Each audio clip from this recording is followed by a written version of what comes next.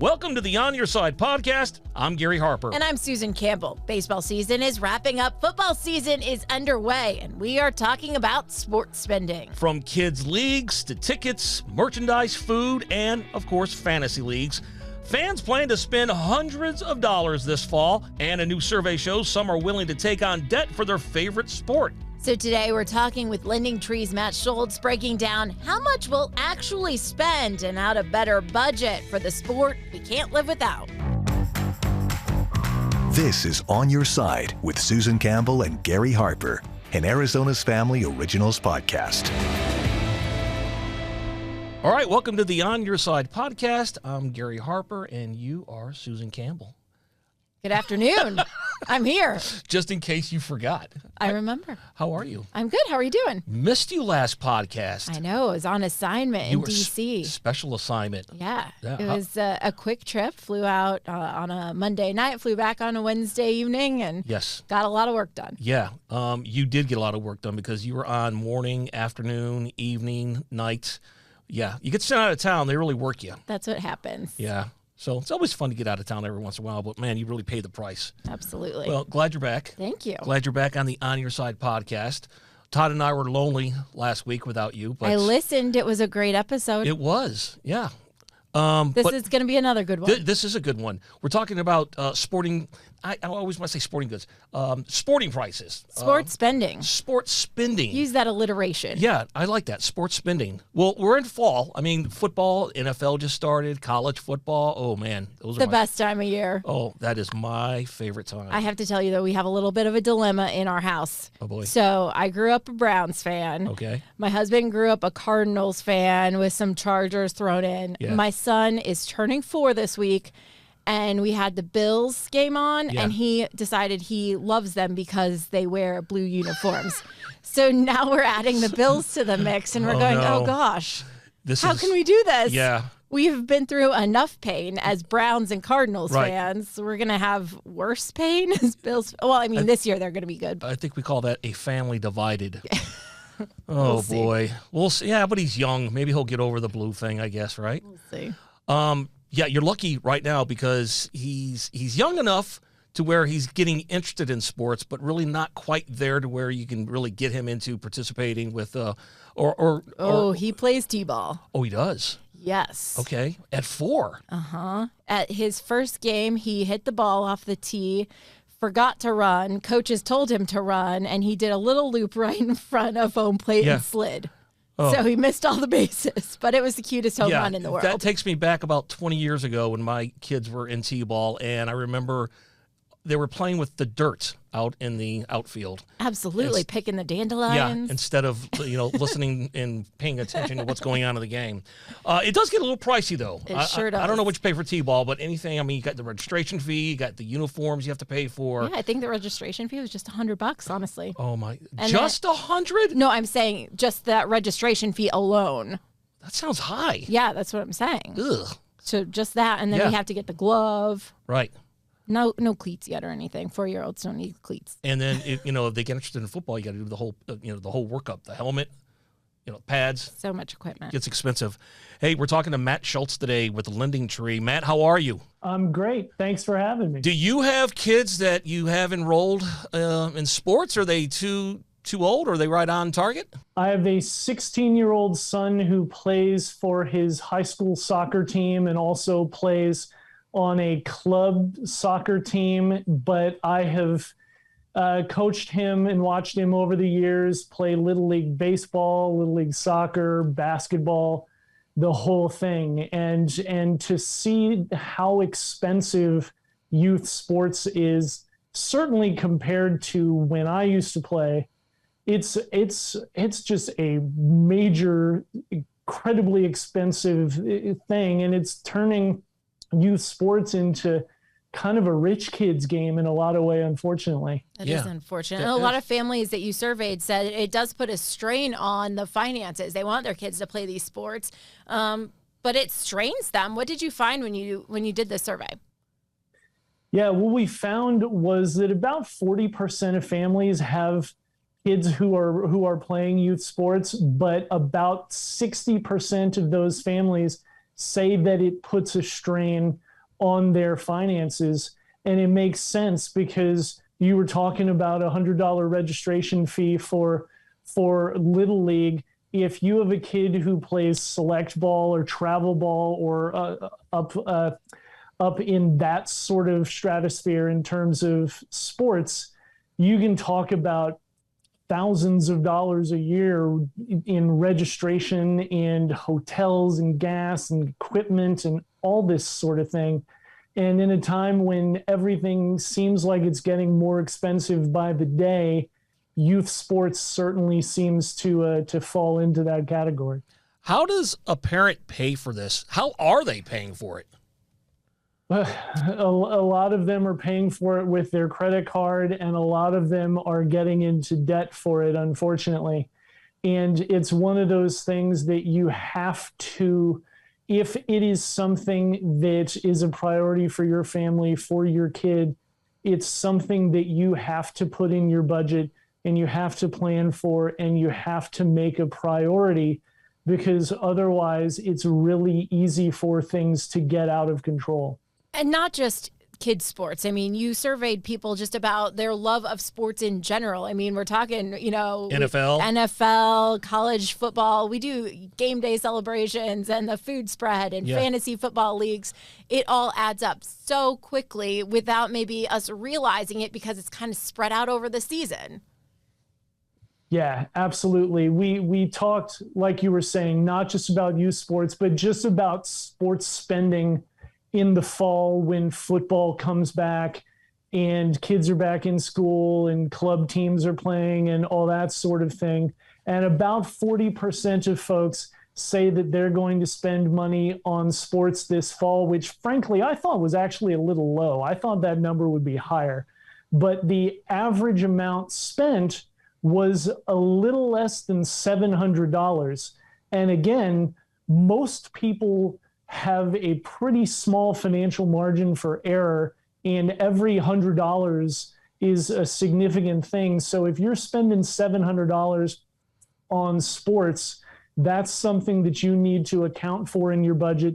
You need to prioritize, and you need to make sure that you are making whatever sacrifices might be necessary to try and pay for those expenses without running up too much debt. When you say $700, what is that on? Is that live tickets? Is it a jersey, tailgating? How do you break that down? It's a little bit of everything. The most common expenses were live game tickets, or anybody who's been to a sporting event in the last decade knows that it's crazy expensive. Merchandise was also something that seems to get more expensive by the year. And then also just stuff like food and beer and things for tailgate. So it's kind of running the gamut of what we sports fans in America spend money on. Are we looking at the over $100,000 a year income? Are those the people spending the money on sports, or is it people under that level as well? Honestly, it's everybody. I mean, there's nothing that we love. There are few things in this country that we love more than sports, and we spend a lot of money on it. And yeah, what we did see was that higher income folks, men, Gen Xers, are the ones who tend to be spending the most money, but that doesn't mean that they're the only ones spending it. Women, men, higher income, lower income, all age groups, everybody is spending on sports, at least to some degree. Did you say they're putting the expenses on credit cards? Is that how they're paying for it? A lot of times, yeah. And it's really the best option for a lot of folks if you don't have the money in your savings account or your checking account to pay cash. A credit card can be one of your better options. Ideally, what you would do is have that credit card, but also have the savings and pay for this stuff with your credit card, get the rewards, make a little money back for it, and then use the money in your checking account to pay that credit card off and avoid all the interest. but but we don't live in ideal economic times for sure. And that whole thing is a lot easier said than done. So about a third of folks who we talked to said that they are going into at least a little bit of debt because of sports expenses. When we were talking about that interest, we know Fed is raising rates to try to get inflation under control. Just walk us through what it actually means to a credit card bill if we are letting that sports spending linger on our card balances and we're not paying it off at the end of the month.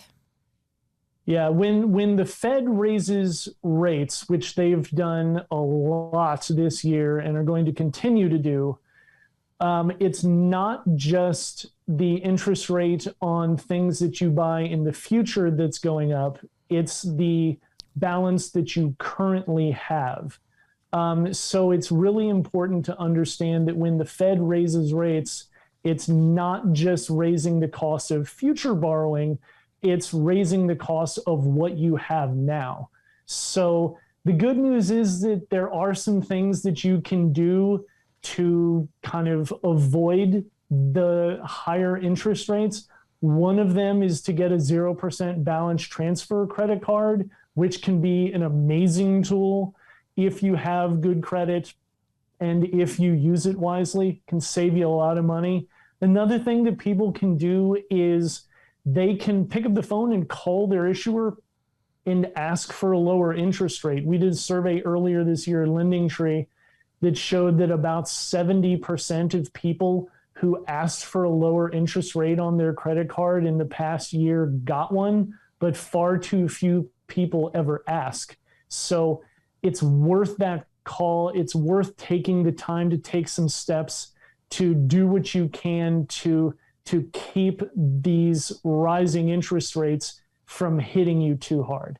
You know, I asked for a lower interest rate on one of my cards, and they agreed to it, but it was only for 4 months or 3 months, one or the other. So is that common? It can be. And right now, obviously, because of interest rates rising, it's an interesting time for that sort of thing, because sometimes they may say, well, we're not going to lower your interest rate, but we'll give you more credit instead. Things like that. It's all a bit of a negotiation. But honestly, even if it's just knocking that APR down for 4 months, that can still save you some decent money depending on how much you owe and depending on how much you can knock that debt down during that stretch. What about sports betting? How does this play into how much people spend on sports? Well, there's no question that sports gambling has just exploded, and it was one of those things that for years was not really talked about all that much, and now has completely come to the forefront in anything dealing with sports.